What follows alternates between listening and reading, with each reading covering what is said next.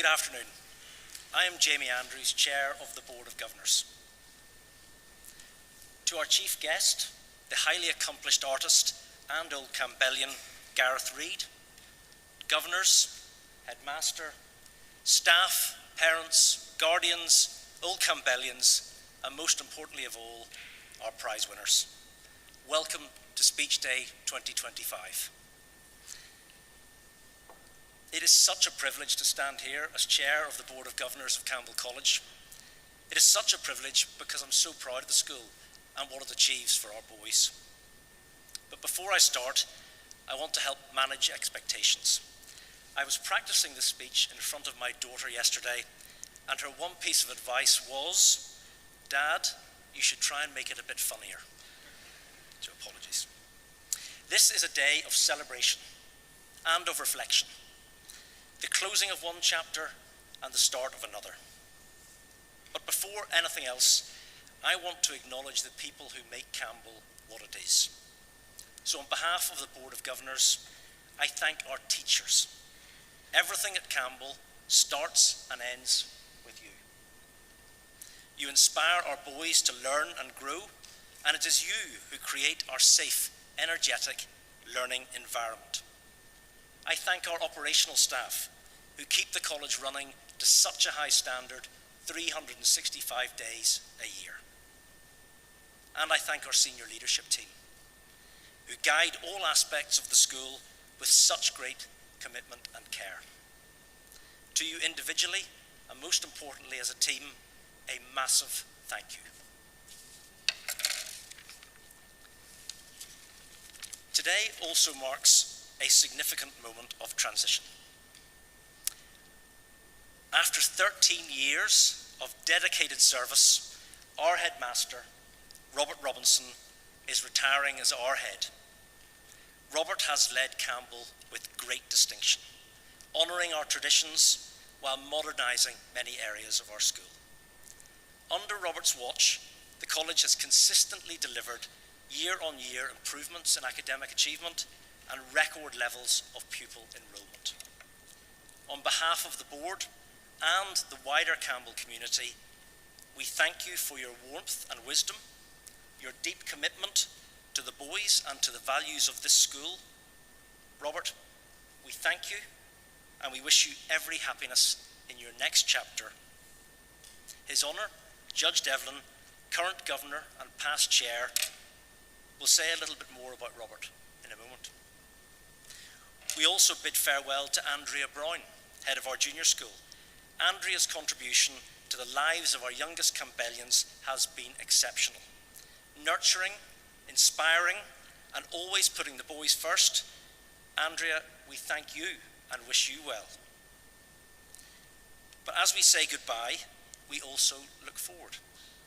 Jonathan Anderson will be taking over as headmaster in the next academic year. Jonathan, a returning Ballyclare man, comes to us from Merchiston Castle in Edinburgh. I've already spent enough time with Jonathan to say with absolute confidence that we have secured a worthy successor to Robert. Jonathan brings clear-headed leadership, ambition, and a strong sense of purpose. I am also very pleased to inform you that we have appointed a new head of our junior school, Christine Hazlitt. Originally from Northern Ireland, Christine comes to us from the Wellington College Prep School in Jakarta. Now a brief update on strategy. Our mission as a board and a school is simple: to develop young men of integrity, independent thinkers, responsible leaders, confident contributors to an ever-changing world. We at Campbell aim to prepare boys for exams and for life. Our strategy focuses on 5 key priorities. First, our people. We will continue to attract and support a great team, ensuring that they have the environment they need to help our boys thrive. Our strength lies in the quality and commitment of our people. Second, this place. This 100-acre woodland campus is at the heart of what makes Campbell.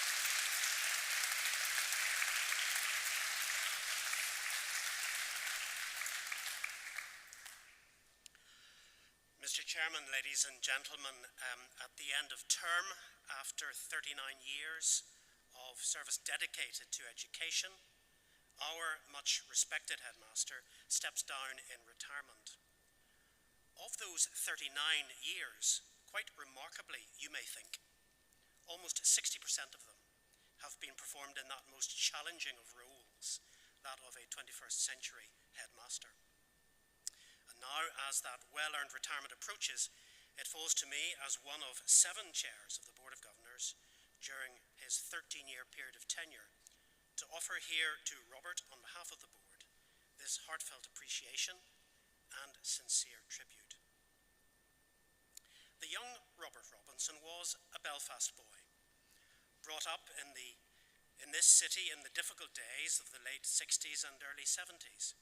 Robert was educated at Methodist College in Belfast.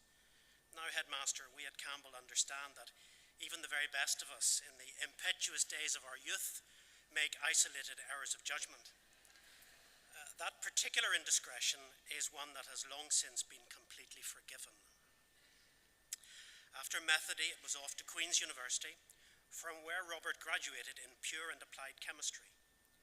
Robert once told me that he considered entering the ordained ministry of the Presbyterian Church, but ultimately chose to exchange that calling for another equally demanding vocation, that of the teaching profession. Gratifying it is to see such a loss to the worldwide church ending up as great gain to the world of education. In the busy years of an early teaching career, Robert found time to complete a master's degree and then was one of the first to graduate through the local professional qualification for headship process, before securing in 2002 his first headship position at Rainey and Dowd in Magherafelt. 10 successful years at the Rainey followed, evidenced by Robert's receipt of an MBE in the New Year's Honours List of 2012. And after having accomplished all of that, Robert arrived here at the start of the Michaelmas term 2012. Be in no doubt, Campbell was a fine school when Robert took over as headmaster in 2012. However, it is a very much better school today.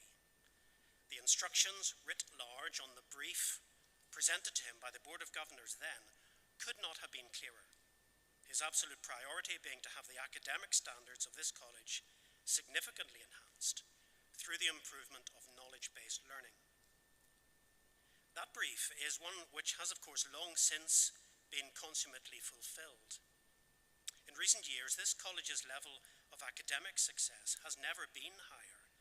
Under Robert's diligent leadership, combined, of course, with the dedicated and hard work of motivated teaching and support staff, our public examination results have improved year on year since 2012. Increasing percentages of Campbellians now leave this college having secured places at Russell Group and other leading universities across these islands and indeed further afield.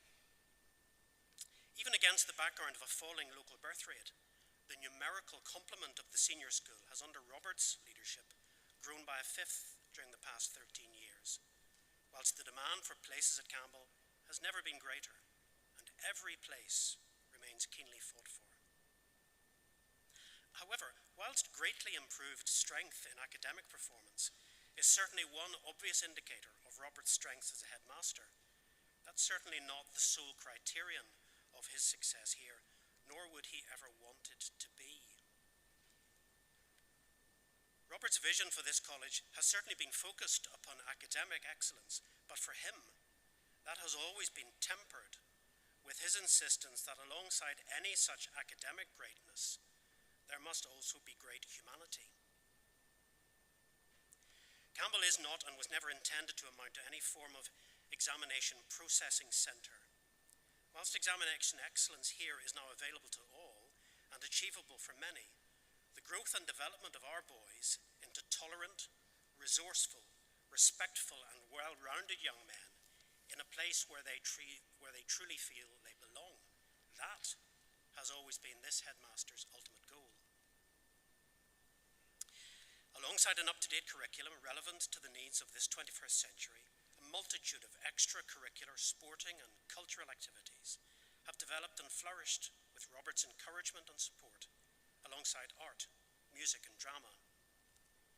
Even though both by inclination and training very much a scientist at heart, I've always been impressed at the way Robert, right from his start here, actively set about supporting both sports and the liberal arts with a warm embrace. Robert was never happier than when cheering on the first 15, or taking in a college drama, or musical theatre production, or an instrumental concert, or being stirred by the tones of the pipe band. And in this Headmaster, in the midst of the chaos and dysfunctionality of the postmodern world, Campbell has been richly blessed in having at the helm such an aspirational Renaissance man. One particular strength of Robert's headship has been his ability to foster and promote within this college three mindsets, which in an educational environment such as this may not always coexist comfortably. Firstly, a deep respect for and a careful safeguarding of our history and traditions. Secondly, a determination to grasp and live to the full every present-day opportunity. And thirdly, insightful and strategic planning for the future. Under Robert's leadership, Campbell's history and our traditions have not simply been respected and in safe hands, they have thrived. The men behind the Glass Project, battlefield tours to Flanders, Remembrance Day services, reinvigoration of the pipe band, promotion of the C.S. Lewis connection, Burns night suppers, Sunday family services, replacement of the college chapel organ, and I could go on. These are no more than a few scattered illustrations out of many. However, the history and the traditions of this place were important to Robert, not just because he was headmaster here, but because he appropriated them and he made them personal. During Robert's headship, our history and our traditions in this college have remained fully respected and entirely secure at all times. The former Methody boy has become the committed Campbellian. At the same time, under Robert's leadership and buoyed along by inspirational enthusiasm and energy on his part, this college has now completed an unparalleled series of capital projects, involving not only the sympathetic restoration of these our amazing heritage buildings, but also many innovative construction projects, all designed to enable this college to more effectively meet the needs of Campbellians of future generations. And for the evidence of all that, ladies and gentlemen, I simply invite you to look around you. Robert's 13 years have been full of challenges, both personal and professional. And all of those, this headmaster, in his customary way, has quietly addressed head-on and has prevailed against. Some of the greatest of those, and those of which I am perhaps personally most familiar, arose out of the COVID pandemic. With timing on my part that was perhaps less than optimal, I took over my 2-year role as chairman of the Board of Governors at the end of February 2020. Literally days before the first of 3 national lockdowns, which promptly closed our boarding department, sent our day boys home, and threatened to throw both our teaching methodologies and the college's finances into freefall. Nothing I say here should be taken to underestimate the incredible level of contribution made then by so many of the Campbell community across teaching and support staff, which enabled the college to get through. But ultimately, of course, it was at the desk of the headmaster that the buck always stopped in those difficult days. And under Robert's quiet, patient, and invariably good-humoured leadership, this college in due course not simply made it through COVID, but it excelled, especially in the unmatchable quality of its continuing pastoral care and of its remote learning provision.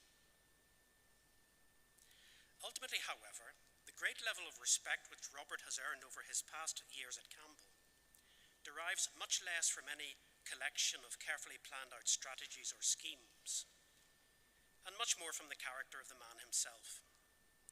Put quite simply, with Robert, what you see is exactly what you get. A man of integrity and humility, of a firm personal faith, a man of steely vision tempered with compassion, and an inspirational leader of young men. That strength of character has been the bedrock upon which his many achievements here have been founded. And the result of all that is that whether Robert likes it or not, his name must now be added to the list of the very greatest of the headmasters who have led the work of this college over the last 130 years. And as an essentially modest man, I know how much Robert will hate receiving that accolade. Nevertheless, in his case, it is so opposite and so well deserved. This college, its young men, its parents, and its old Campbellians will greatly miss him as a teacher, as a leader, and as a friend. And so to the future, Headmaster, our sincere hope is that you will find fulfilment in everything to which you now turn in retirement, and alongside that, both commensurate levels of energy and long-enduring good health. Much more time, we trust, for your extracurricular passions, reading, running, and, so it appears, playing various different types of guitar. More time also for and with your ever-supportive wife, Sharon, and with your grandchildren, Samuel and Lucy. What is there in any of that, Robert, not to like? Lest we forget, and in the words of a certain Clive Staples Lewis, formerly of this college, there are far, far better things ahead than any we leave behind. Thank you.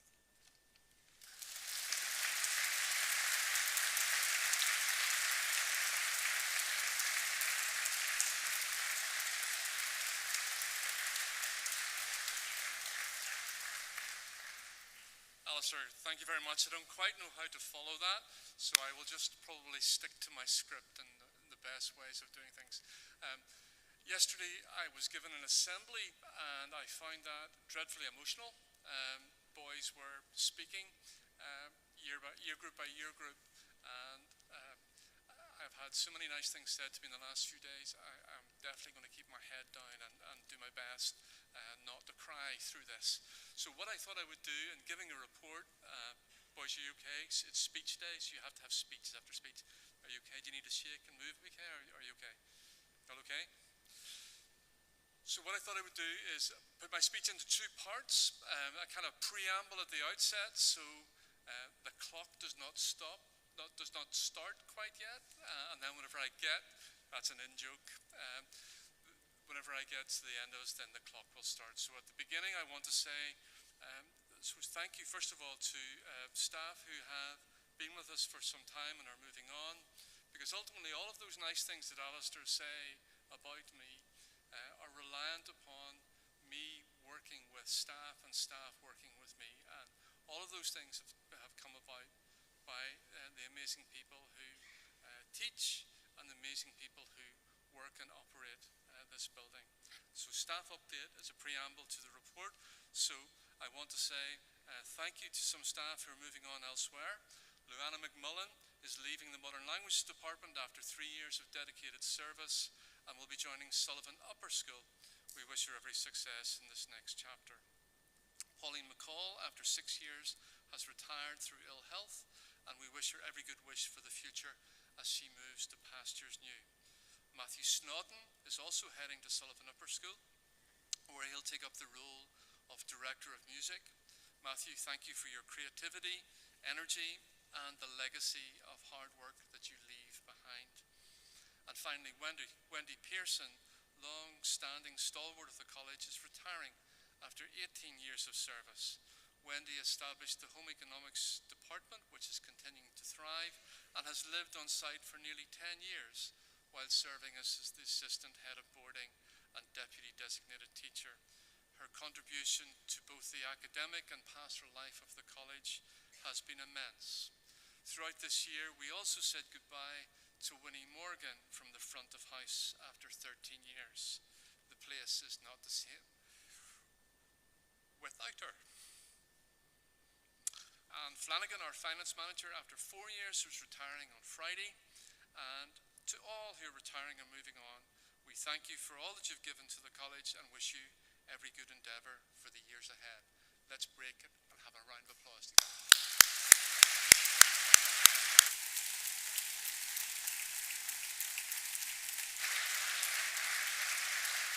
Thank you. We welcome Ryan Livingston to the History Department from that other great college across Belfast, and having spent some time there, he's back home to where he belongs. Robert Morrow joined the Geography Department and Louise Jones the English Department. So, to my report. Ladies and gentlemen, governors, colleagues, parents, old Campbellians, and most importantly, gentlemen of the college. It is with a full heart and deep gratitude that I stand before you today after 13 years as head of Campbell. I'm at a moment of reflection, a moment which is both humbling and profoundly moving, because this college has been more than a place of work to me. It has been home, a calling, and a community that has shaped me as much as I have sought to shape it. We gather today not only to mark the end of an academic year, but also to celebrate a journey, one that I have been privileged to walk with you upon. Over these years, we have grown not only in number, the board minutes from 2013 predicting an enrolment of 796 for the year, and now we welcome regularly around 1,000 boys into senior school. We've grown also in the strength of our boarding community, grown in our academic success, and in our spirit, our ambition, and the depth of our educational provision. We have modernised our curriculum, introduced new subjects over those years like A-level computing, moving image arts, the BTEC subjects that have come. We restructured the school day to better serve our learners, and we've seen academic results rise steadily, with record numbers of boys achieving top grades and progressing to universities across the UK and beyond, just as Alistair said. We have built, literally and figuratively, from the new boarding facilities to the restoration of the clock tower, the front face of the main building, the new Key Stage 2 building, and the sporting facilities that will be given to us on Friday. We've invested in the future. We've built a culture of aspiration, resilience, and respect. We've weathered storms, both literal and metaphorical, from Hurricane Ophelia, that was the great wind that was coming up from the south, do you remember that? Or the beast from the east. I remember standing at this lectern saying, "Watch my lips, this school will not close because of some snow." And then we closed. From the challenges of inspection frameworks to the unprecedented disruption. The only time we ever used that word unprecedented was COVID, wasn't it? Of a global pandemic. But through all of that, we've remained steady, focused, and united. And none of that would have been possible without the extraordinary people who make up the staff of Campbell College. So I say thank you to so many of them, to my senior leadership team, to our heads of department, to the pastoral teams, to every teacher and classroom assistant. You weathered those storms, including those unprecedented challenges of the COVID lockdowns, with grace and with grit. You adapted overnight to online learning, maintained pastoral care through Zoom check-ins and Headmaster challenges, and ensured that no boy was left behind. You are the heartbeat of this college. And to the support staff who, through all of this, keep the wheels of this huge institution turning, I again say thank you. There have been those who have moved on through my tenure, teachers, mentors, friends, and again I thank them for their service. I'm doing my best not to mention names, but there are a few that I have to. And I think today of John McKinney, who after 43 years of service was intent throughout that time to hold things together, to enable others. To those who remain, I know that I leave the college in your capable hands, confident in your continued dedication. I say thank you to my vice principals for their unwavering commitment and service to the college, which have led to the positive changes we enjoy. To Mr Kuhn, whose extraordinary energy and attention to detail brings security to all our decision making, facilitating change and growth. You are the instigator of change. To Mr Oswald, whose ability to analyse and respond with creativity and thoughtfulness ensures change is on a sound footing, well researched and clear in purpose. To the bursar, Carl Wilson, who is my second, has been the perfect counterfoil to me, always ensuring that we are compliant, always ensuring that we are financially secure. And finally, to my secretary, Mrs. Crawford, simply thank you for being the person who made everything easier, clearer, and better. Your presence has been a constant source of support and strength, and I am forever in your debt. There are moments that will stay with me forever, and I try to choose some that are probably not what you expect. So see how many of them you remember with me. Hundreds of local primary school children joined us for a lantern parade in 2013, the first C.S. Lewis Festival, and that was because we were having the lighting of the Lewis lamp by the First Minister then, Peter Robinson, and a Year 8 pupil called Archie. That was a symbolic moment. The lamp had not shone for decades. Our gates opened to the community, our light shared with the world. Our 2023 production of The Bridge of Arthur Miller's work was a triumph of simplicity and sincerity. No elaborate sets, just raw, honest acting of the highest order. It reminded us that excellence is often found in authenticity. Or our joint production of Joseph and the Amazing Technicolor Dreamcoat with Strathearn School was a joyous celebration of music, colour and collaboration. The 2019 125th anniversary of the school brought together Old Campbellians, staff, students and families in a celebration of legacy and future. It was a moment of pride and unity, Campbell at its best, and it had a really big TP tent in the front lawn. That was just lovely. As Alistair's described, the 2018 Men Behind the Glass project, supported by the Heritage Lottery Fund, brought our walls to life. It connected our students with stories of Old Campbellians who'd served in that first war, blending remembrance with research, outreach, and adding to the emotion of this place. 2022, the first Schools Cup cricket victory by Campbell College, which was so sweet because it was against that school whose name we never mention. Seeing the pipe band at the Meningate Memorial in Belgium, that memorial in Flanders for those who were lost in World War I. Or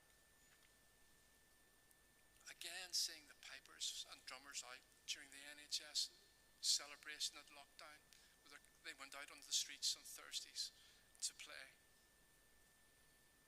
After a hard-fought Schools Cup final, our first 15 stood to applaud their opponents. And in that defeat, the BBC commentator remarked,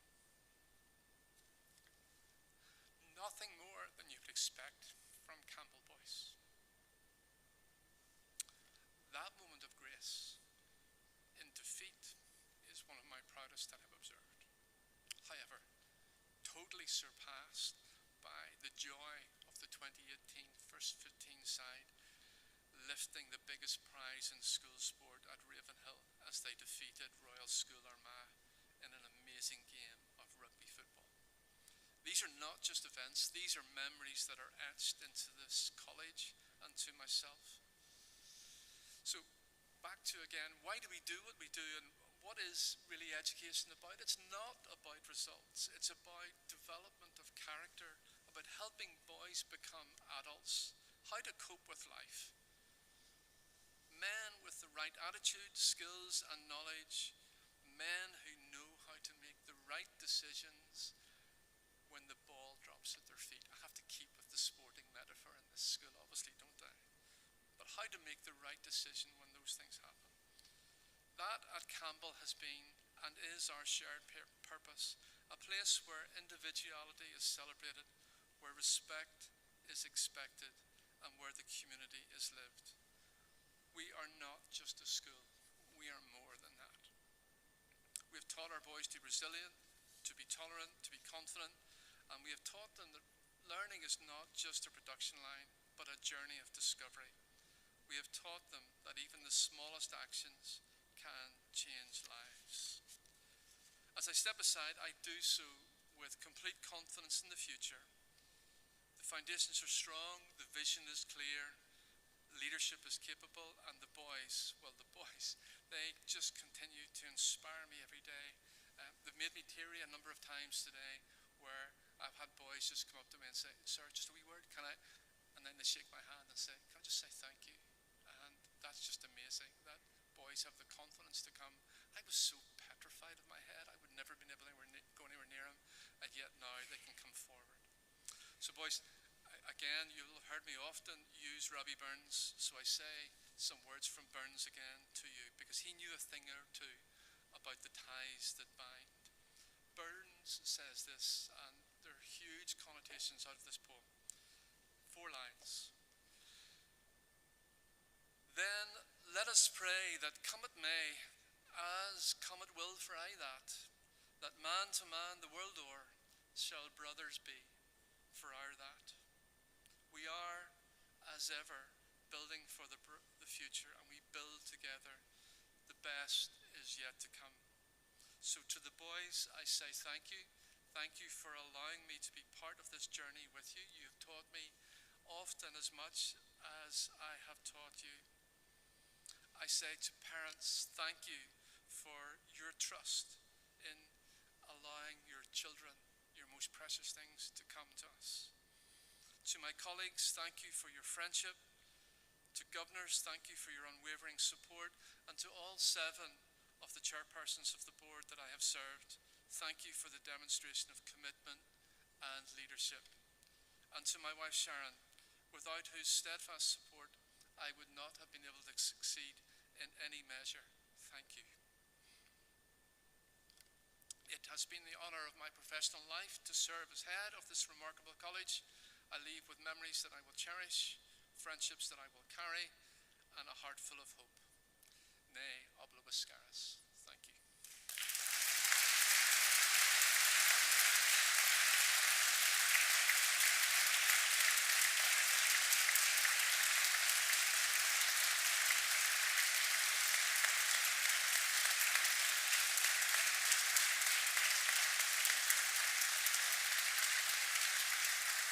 Thank you. It gives me great pleasure now to welcome our special guest this afternoon, Gareth Reid, an internationally acclaimed artist, portraitist, and one whose work has been celebrated widely in the UK, including the National Portrait Gallery.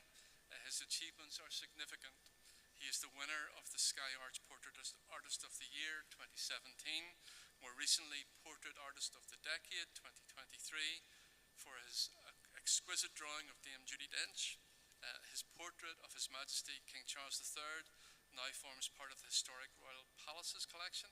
His work is also held by the National Gallery of Ireland, the Royal Collection, the National Trust, the Royal Bank of Scotland, and Ralph Lauren, amongst others. A major exhibition is planned in 2026. I noted that he has also been painting the British and Irish Lions for their tour. Gareth is accompanied today by his parents, Clodagh and Tony, and we are very pleased to welcome them here. Thank you for being with us. You're going to see Gareth with all sorts of different hairstyles. It's going to be great. Just really see what he was like when in school. On a more personal note, whenever we were chatting and preparing, he shared a memory that made me smile. An anecdote from his time at school where the teacher would occasionally comment on his work, and the comment that came most often was, "Yeah, it's not great, sure it's not." We wouldn't get away with that these days. It's all about praise and encouragement, and that shift has happened over these years. So we're honoured to have Gareth with us, and we look very much to hearing from him. Please join with me in welcoming Gareth.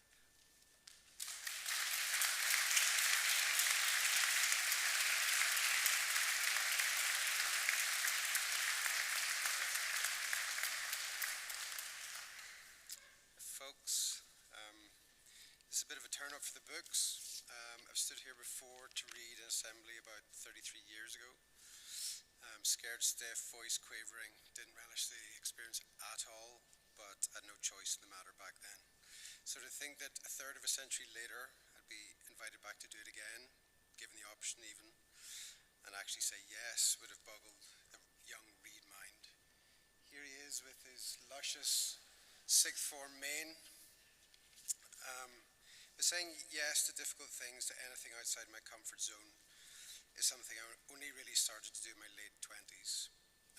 For a long time I said no out of fear of failure, embarrassment, out of what my peers might think or if something wasn't cool enough, but over time I realized the more stuff you get involved in, the more interesting things happen. And anyway, any fear I've had of doing something that I felt was hard, risky, public like this, I'd remind myself that there are people all around the world facing real hardship, danger, loss, and suddenly a bit of stage fright doesn't seem so bad. It becomes a privilege, actually. So I feel like I was always the kind of art boy in my year, basically good at drawing stuff, but looking back at my early output this week, I'm really not sure where that notion came from. In fact, I think all my daughters are probably better than me at the same age. As I've said before, I might only be the fourth best artist in my own home. But, however, my time in the art room here really shaped me profoundly. My teacher, as we just we noted, Robert Bottom, definitely couldn't be described as a passionate teacher. But, however, he was a proper working artist, and that was so important. He encouraged us to draw from life, outside, around the place, not photographs, to fill sketchbooks relentlessly, examples of which you see here, and not obsess over detail, which teenage boys love to do. That's Netherly, actually, the path ended in Netherly, I just discovered. So he pushed us to draw quickly and vigorously, and that gave me an extremely solid foundation to build upon. Another educational gift was when Robert was off, sick, and a stand-in arrived, Mark Shields, a young artist from Belfast. He showed us his work, and I was blown away. For the first time, I saw up close what was possible as an artist. Mark became a great friend and remains to this day the biggest source of inspiration, both in the quality of and the dedication to his work. The mood changed in my drawings, and the atmosphere crept in as a result. There's something about that time in your late teens when you get really into something, when your practice becomes self-led and obsessive in the best way, and you take off. I believe far more in that period of focused effort than I do in talent. I'm not even sure what talent really is. Maybe it's just a slight head start when you're very young, which then needs years of work to mean anything. But if you love it, that work is easy.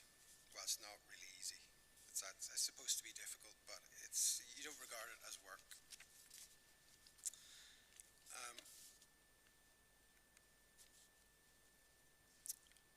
I knew I wanted to be an artist from an early age and had the unwavering support of my parents. I still do.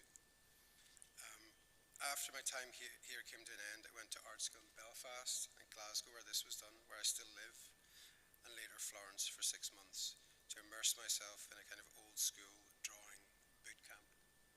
I did this kind of thing there. Drawing is and always was fundamental to my practice, and it has changed considerably over the years, as you can probably see. By 2014, I was teaching at Glasgow School of Art and Strathclyde University, portraiture and life drawing mostly. I'd often have to stand in front of students demonstrating how to draw the model, trying to get a likeness in an hour or so, talking and drawing at the same time. I'd been doing that for a few years by then, so I was well used to it. Little did I know that experience was perfect preparation for Sky Portrait Artist of the Year, which was in its second year at the time. Entrance had 4 hours to produce a portrait of a well-known sitter whilst being watched, filmed, interviewed, interrupted constantly. It seemed like a good fit, so one of my students encouraged me to apply. I was reluctant. I was worried to make an idiot of myself and even ruin my fledgling portraiture career if it went wrong, but in the spirit of saying yes to scary things, I entered. So the first heat was in Dublin. I drew Sharon Core. I swiftly went out in the first round. Disappointing at the time, obviously, but I thought I did okay and I could handle the pressure. It turned out to be a blessing. The stars aligned the next time they made the show. In 2016, the winner's commission was to paint Graham Norton for the National Gallery of Ireland. I entered again, made it through a couple of rounds. This one was Adrian Childs in the first round. And I got to the final alongside an American girl and an English guy. Neither had any connection to Ireland, so it would have been an absolute travesty if either had received that commission. I ended up winning for my portrait of Justice Chima Grubb, a High Court judge. Here's the little preparatory drawing that I did on the way home on the train, obviously panicking. And then here's the finished drawing. Now, this is where it gets weird. So a few weeks after the final, as the programme makers were organising my sittings with Graham for the winner's film, my dad said, out of the blue, we might be related to that boy.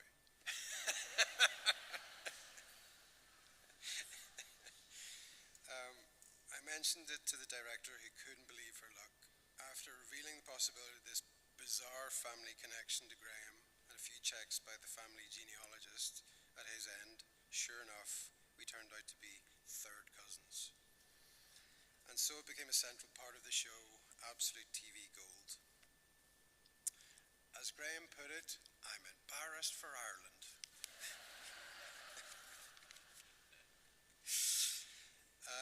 That 1 in a million twist gave the story more legs. It was picked up by the press, and the painting got far more attention than it would have otherwise. And the serendipity didn't stop there, sorry. The person filming me in Glasgow as I started the painting, who had never met Graham, later ended up marrying him. So I'm also the accidental Cupid in this tale.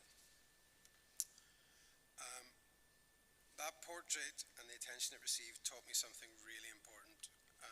The popularity of the sitter can really elevate the popularity of the painting. If the person is beloved, as Graham is in Ireland, the art gets far more interesting than if the subject is a brilliant but lesser known figure. That episode was shown in the US, Canada, Australia, and here multiple times. It was like a free 1 hour long ad for my work, which has been running for years. It's unbelievable.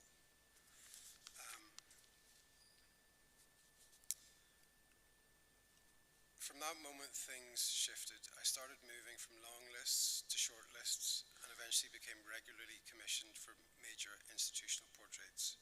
One of those was the portrait of then Prince Charles for Hillsborough Castle.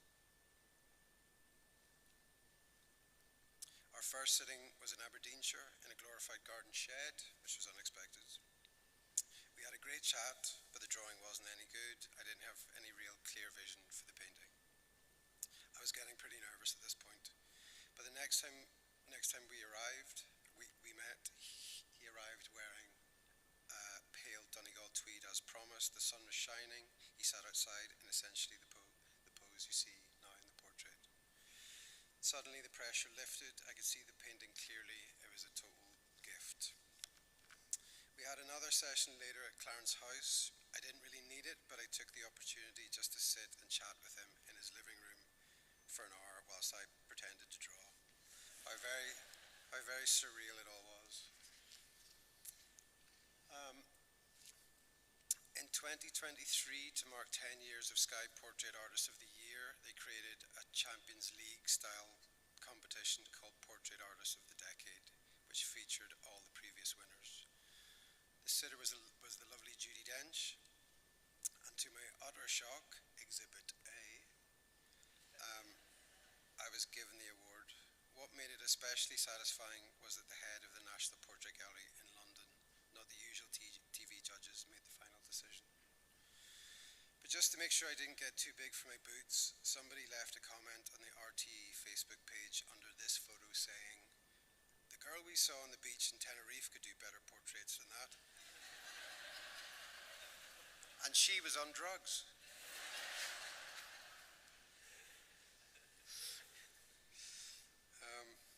So in the same year, a chance encounter in the pub led to another opportunity. On Christmas Eve, I met a neighbour I'd seen around but never spoken to. We got chatting, became friends, and ended up watching a few Six Nations games together. He worked in rugby, and this year became the communications manager for Glasgow Warriors. He ambitiously, not for him, for me, ambitiously suggested I do portraits of any Warriors that were selected for the Lions this year to mark the occasion. He thought there might be 3, there ended up being 4. Hugh Jones, Scott Cummings, Sione Tuipulotu and Xander Fagerson. I made drawings of all 4, large scale, about probably a metre high, under an insanely tight deadline, but it was worth all the late nights in the studio. Now, to be honest, I'd prefer it if it was the IRFU and I was drawing Brian O'Driscoll, Paul O'Connell, Johnny Sexton, Tyke Furlong, but sure, look. The reaction to the portraits was brilliant. A short film of the process was picked up by the Lions social media account, and a snippet was shown before the first game in Dublin last Friday on Sky Sports, which I'm still struggling to take in. Once again, a small chance encounter led to something I couldn't have imagined. As Gary Player said, the harder I practice, the luckier I get. I believe that's true. A lot of people I know don't give luck, good fortune, and privilege the credit they deserve in successful careers. You don't choose your parents, your environment, your teachers, or the people who cross your path. So I find it impossible to take all the credit for successes along the way. But I also believe in this. When luck does come your way, you need to be ready. Through practice, especially early on, I was equipped to take advantage of the wonderful, random opportunities that landed in my lap. And the more I said yes, the more of these opportunities came along. So talk to people, get involved, say yes to things that scare you, practice hard the thing you love, and be ready for when the luck shows up. Thank you.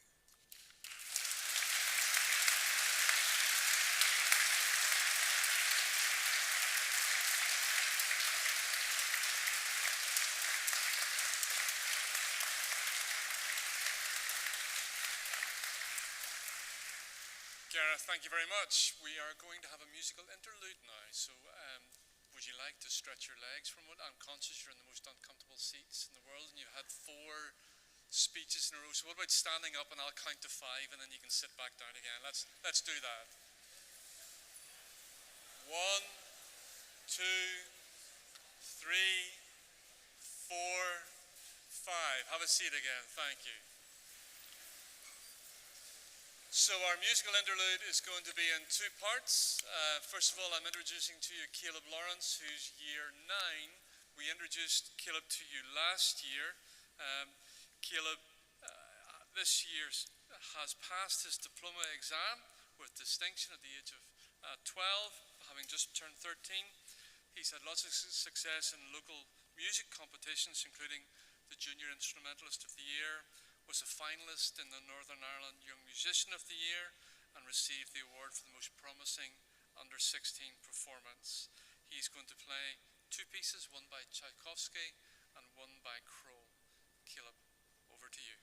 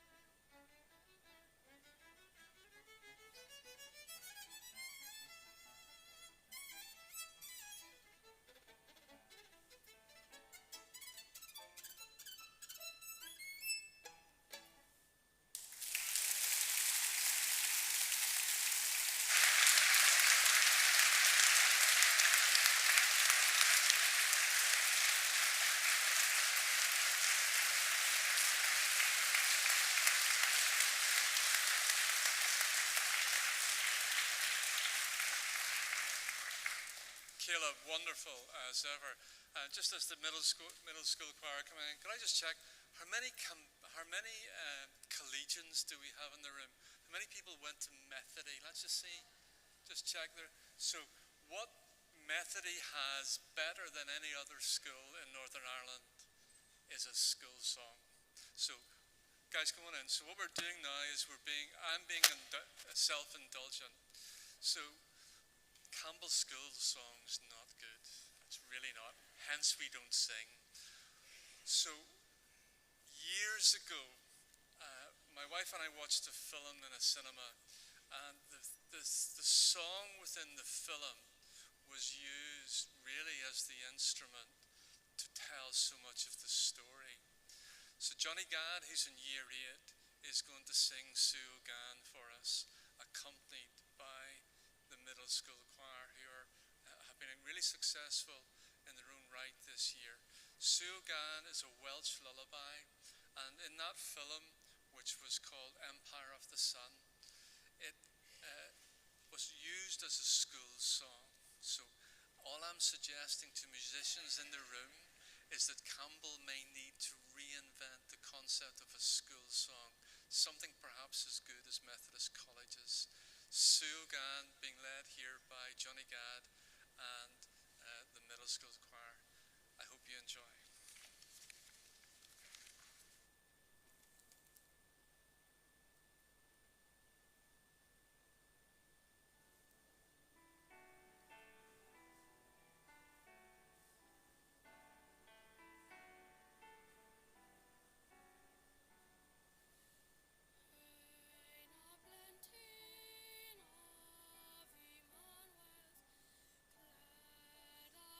Glad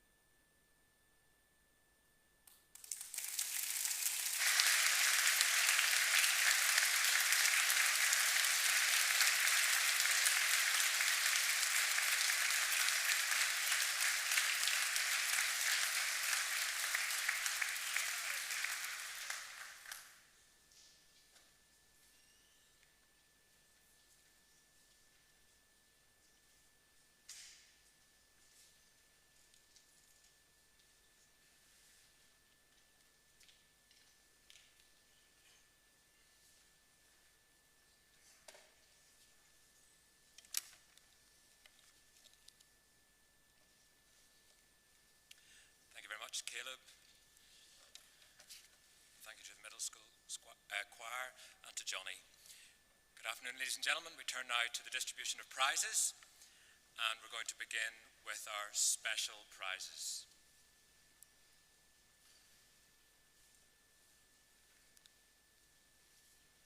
Donald Bevan is awarded the Moore Cup for charitable work, Arun Bhatt the KAI Blair Music Prize, Toby Carson the McNeill Prize for Mathematics and a Year Group Prize for Physics, Jack Childs the Photography Prize, and William Scott Year Group Prize for German and the David Cook Debating Award.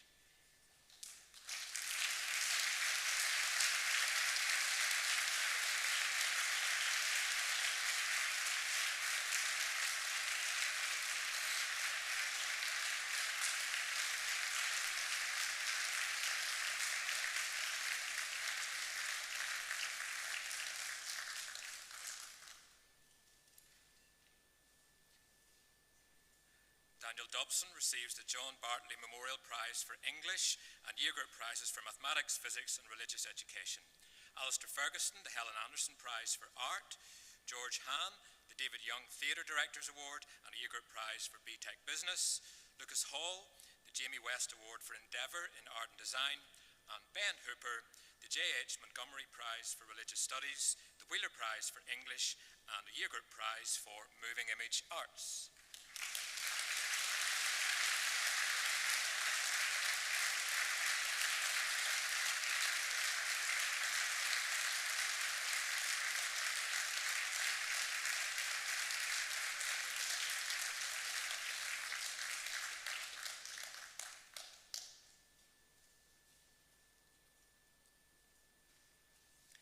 McDevitt Cup for Technology is awarded to Ollie Houston. Alfie Matthews receives the Junior Debating Prize and a Year Group Prize for History. Toby Main, the J. Marshall Memorial Award for French Literature. Matthew McChrystal, the Trio Blair Prize for Musical Ensemble, which is shared also with George Orchin. And George also receives the Ramsey Cup for German.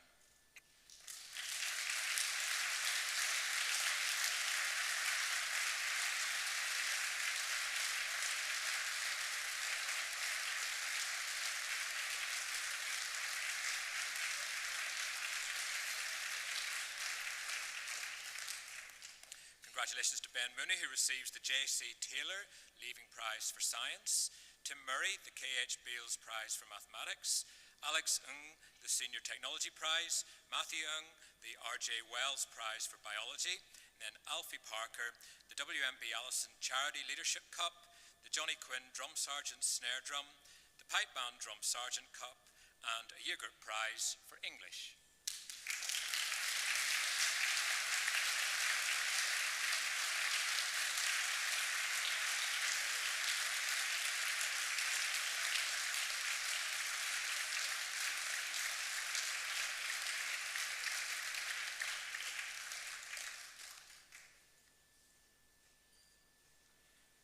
Hand there, Alfie. Well done. Noah Roberts receives the John Bartley Memorial Prize for English and a Year Group Prize for Religious Education.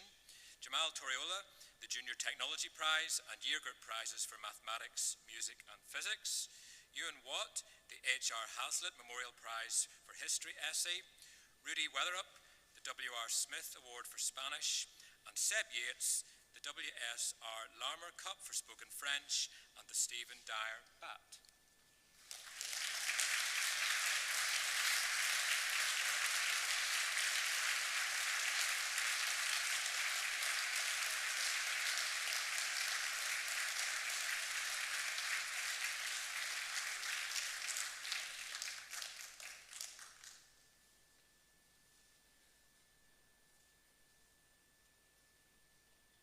We move on now to our extracurricular awards.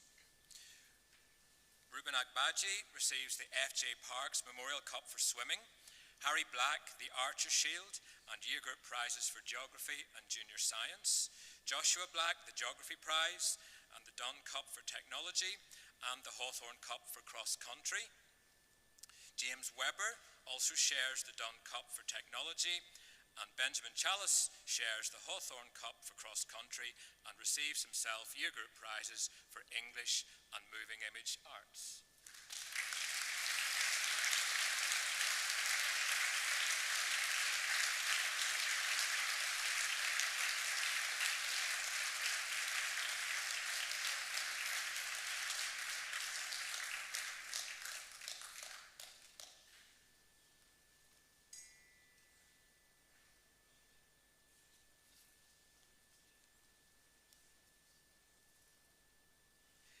JTG Patton Cup for Year 10 Cricket is jointly awarded to Patrick Charlton and Isaac Wilkinson. Paulus Chan receives the Mark McAlpine Memorial Cup and Prize and a Year Group Prize for Geography. Aaron Connolly, the Quinn Cup for Shooting. Thomas Costello is awarded the Bell Hockey Cup, as well as a Year Group Prize for Art and Design. And Patrick Dorian, the Second 15 Players Cup.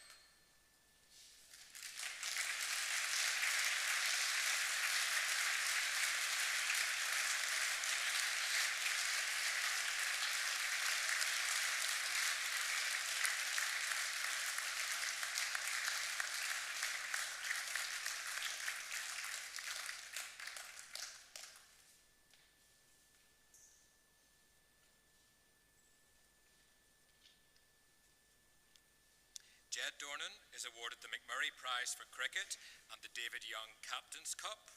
Rory Parks receives the Headmaster's Cup for Athletics and a Year Group Prize for Business Studies. David Matthews is awarded the Duke of Edinburgh Silver Prize, the Commanding Officer's Cup for Shooting, and Year Group Prizes for Biology and Mathematics. Fraser McCain receives the Mark Glennie Memorial Cup for Hockey, and Charlie McMurray the E.J. Garrett Cup for full bore shooting.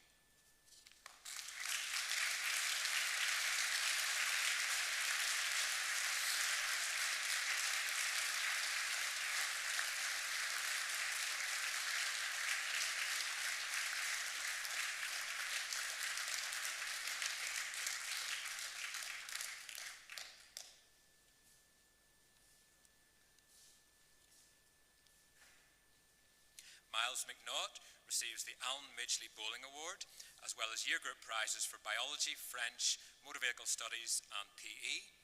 Matthew Mooney, the J.W. Collins Perpetual Cup and the Christopher Caves Cup for tennis. The Julie Parks Cup for junior swimming is awarded jointly to Jacob Murray and Fraser Prue, and Lucas Northey receives the Year 10 Cup for commitment and dedication to rugby and Year Group Prizes for Biology and English.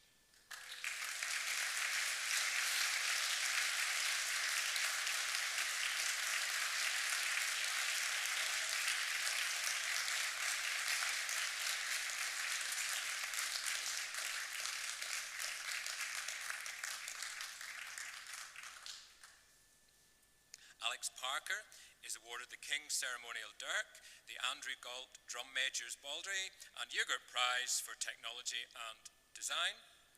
Noah Watt and Ben Scandrett jointly are awarded the SJD Collins Cross Country Cup.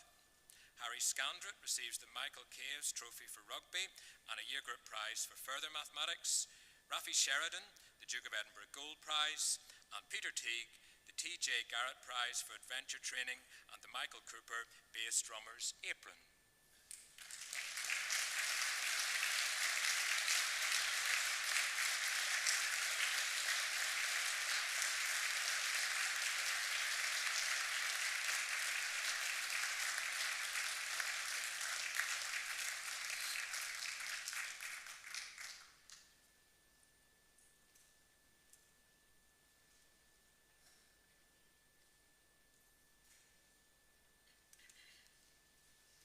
That later, Peter. Sean Townsley is awarded the Pipe Majors Trophy and the Andrew Gilday Pipe Majors Banner. Harry Wells, the Andrew Cowser Memorial Medallion Cup. Matthew Young, the Duke of Edinburgh Bronze Prize.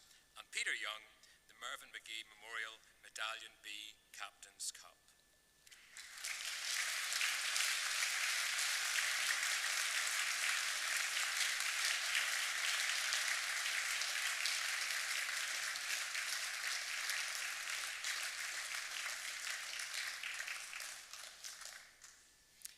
Move on to the year group prizes, starting with years 13 and 14. So we have Emmett Bevan, Hospitality, Jake Bomber, Chemistry, Michael Bradbury, Sports Science, Adam Chilvers, German, Jonathan Colvin, History and Politics, Thomas Duncan, Politics, Religious Education, and Jack Featherston, Hospitality.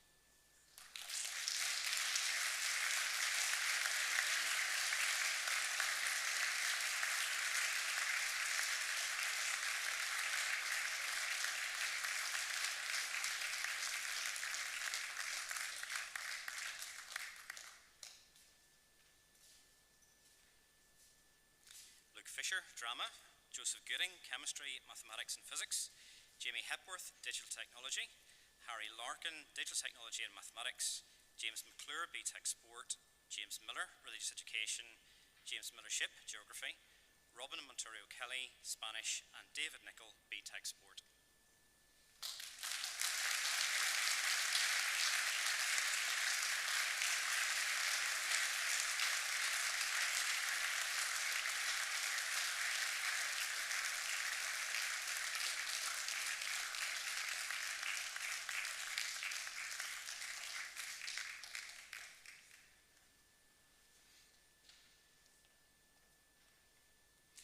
Marco Patel, Art and Design, Alex Patterson, BTech Business, Sam Robinson, Drama, Daniel Sinclair, History, Oliver Todd, Mathematics, Louis Vanderfelt's Biology, and James Wells, Geography.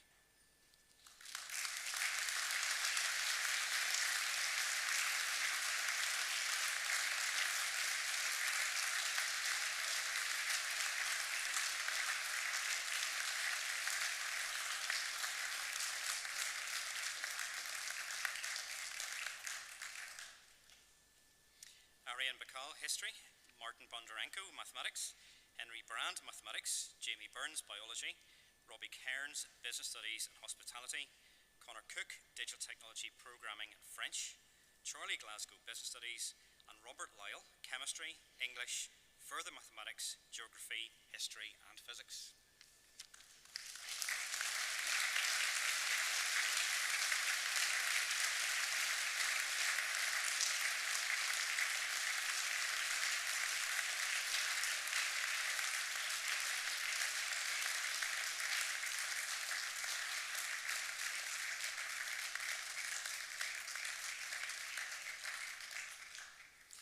James McCarroll, Chemistry, English and German, Harry McDowell, Drama and Music, Owen McInerney, Physical Education, Jack Moffat, Spanish, James Morrison, Technology and Design, Jack Thompson, Geography, and Charlie White, Art and Design.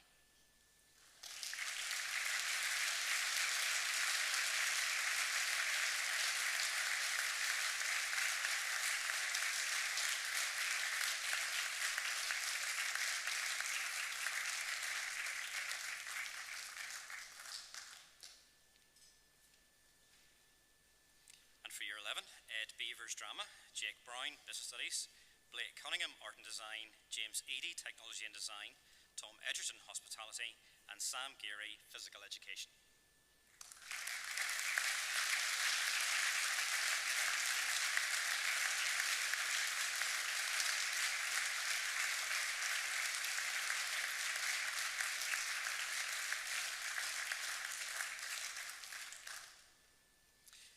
Holmes, Geography, Ben Logue, Biology, Chemistry, Further Mathematics and Spanish, James Monteith, Digital Technology, Multimedia, Johnny Monsteven, History, Ollie Page, French and Spanish, Oscar Palmer, Biology, Geography and German, and Cole Patterson, Technology and Design.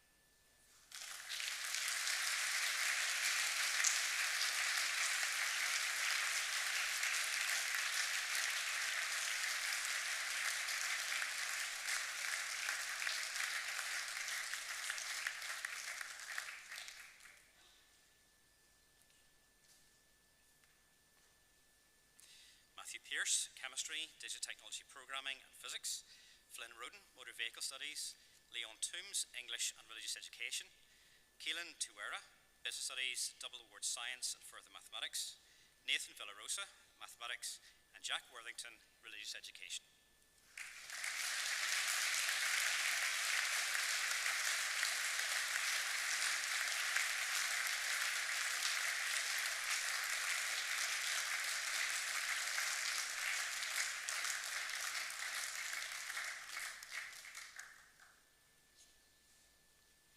Year 10, Oscar Atchison, German, Brent Bennett, ICT, Fergus Bevan, English, Harry Bond, Drama and Spanish, Max Crockard, Art and Design and Technology and Design, Matthew Hale, Art and Design, Daniel Harding, German, and Leon Young, Biology, Geography, Mathematics and Religious Education.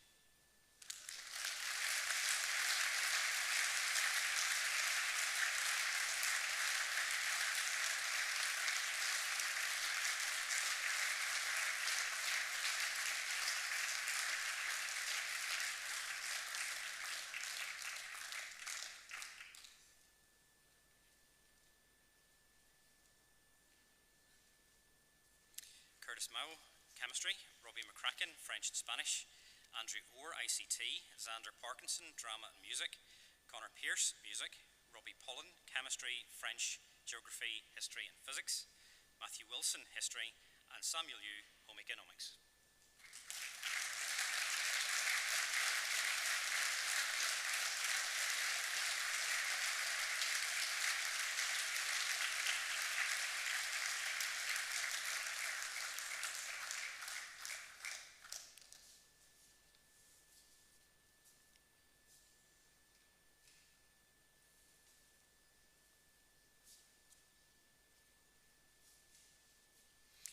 Year 9, Tom Barnes, Geography, Home Economics, Junior Science and Religious Education, Jacob Blair, English, Patrick Brown, French and Spanish, Elliot Burns, Technology and Design, Colin McCourtney, Geography, Finn Curran, ICT, and Carter Flynn, Drama.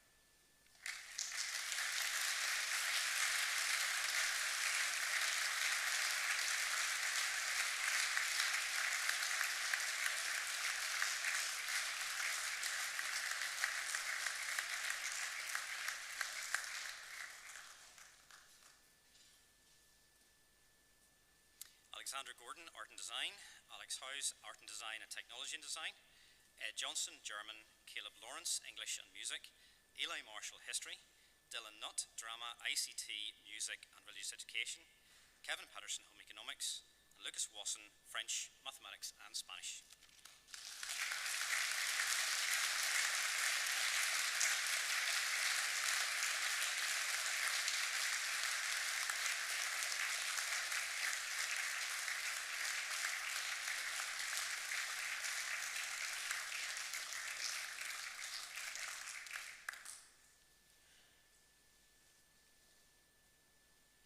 And for Year 8, Timothy Avanash, English, History, Home Economics and ICT, Hannes Beislar, Junior Science, Tom Best, History, Oscar Bloy, Art and Design, Ollie Brand, French, and James Campbell, Art and Design.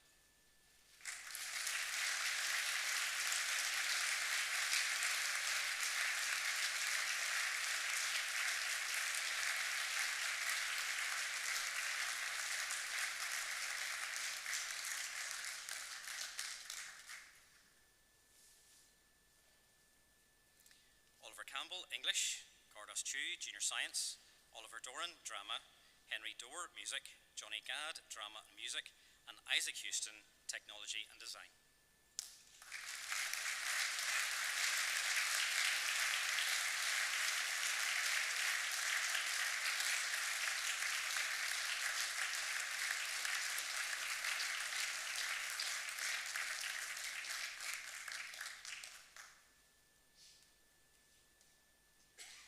Daniel Kelly, Geography, John Matheson, Geography and Mathematics, Henry Patterson, ICT, Latin and Religious Education, Will Pollen, French and Religious Education, Jack Robinson, Home Economics and Latin, and Leo Westhurst, Technology and Design.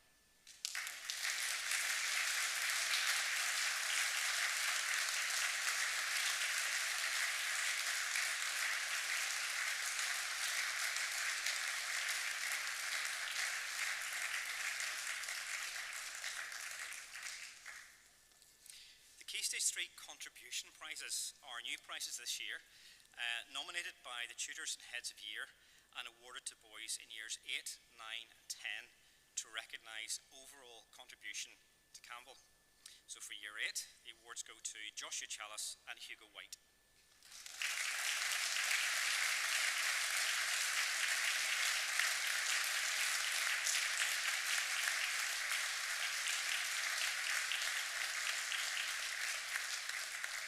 In year 9, we have Daniel Majimsi and Lewis Monteith.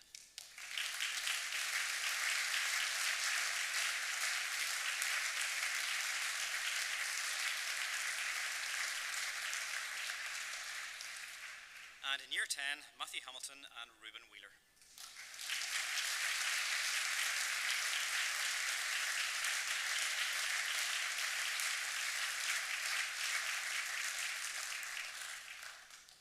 And for